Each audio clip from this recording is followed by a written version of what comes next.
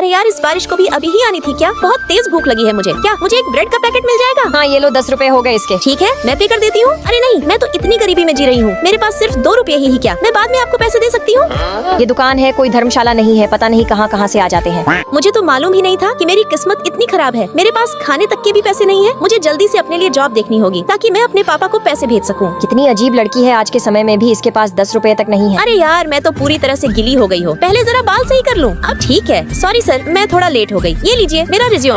अरे नहीं, ये तो बारिश की वजह से गीला हो गया है। मुझे माफ कीजिए सर, मेरे पास एक और है। चलो देखता हूँ। अच्छा, तुम्हारा नाम तारा है। जी सर, वो अचानक से तेज बारिश की वजह से मैं गीली हो गई। अगर आप मुझे ये जॉब देते हैं तो मैं बहुत मेहनत करूंगी। मिस तारा, उसकी जरूरत नहीं है, पहले आपको घर जाना चाहिए। अरे नहीं, ये क्या हो गया? मुझे माफ कीजिए सर, मैं अपना इंटरव्यू सही से नहीं दे पाई। अब मुझे जाना चाहिए। रुकिए मिस तारा, आप पूरी बात सुने। कहाँ जा रही हैं? मुझे लगता है मेरी बातों को आपने गलत समझ लिया। जी सर, लेकिन आपने अभी तो कहा कि मुझे घर चले जाना चाहिए, बस इसलिए मैं घर जा रही थी। मिस तारा, आप मेरी बातों को समझ नहीं पाई। आप बारिश में काफी गिली हो चुकी है, इसलिए मैंने कहा। हाँ, इस बात का तो मैंने ध्यान ही नहीं दिया। हमें ऐसी ही लड़की की तलाश थी जो अपने काम को शिद्दत से करे, और आप इस जॉब के लिए बिल्कुल सही है। हाँ, आपने बिल्कुल सही कहा मिस्टर जैन सर। मैंने पहली बार देखा है किसी लड़की को इतनी मेहनत करते हुए आपकी जॉब लग चुकी है। आप कल से आ सकती है। कांग्रेचुलेशन। आपका बहुत बहुत शुक्रिया सर, मैं बहुत मेहनत करूंगी। आपको मुझसे कभी निराशा नहीं होगी। आज मैं बहुत खुश हूँ। अब मुझे जॉब भी मिल गई। और सर इतने अच्छे थे, उन्होंने एडवांस पेमेंट भी कर दिया। तुम आराम से कोई काम क्यों नहीं करते? हमेशा गड़बड़ कर देते हो, पागल लड़का। काफी तेज भूख लगी है मुझे, कुछ खा लेना चाहिए क्या? मुझे कोई सस्ती वाली ब्रेड मिल जाएगी? हाँ मिल जाएगी, लेकिन मैं उधार नहीं दूंगी। कुछ भी हो जो मेरे बजट में हो, दे दीजिए। ठीक है, इस ब्रेड को तुम खा सकती हो, ये महंगा नहीं है। आपका बहुत बहुत शुक्रिया। मेरी मजबूरी को समझने के लिए। इतनी तेज भूख लगी है, ऐसा लग रहा है जैसे मैं कितने महीनों बाद ब्रेड खा रही हूँ। अरे नहीं, इसे सूखा खाने की वजह से तो मेरा गला ही सूख गया। लड़की ये लो कोल्ड ड्रिंक, ये भी तुम्हारे बजट में ही है, पी सकती हो।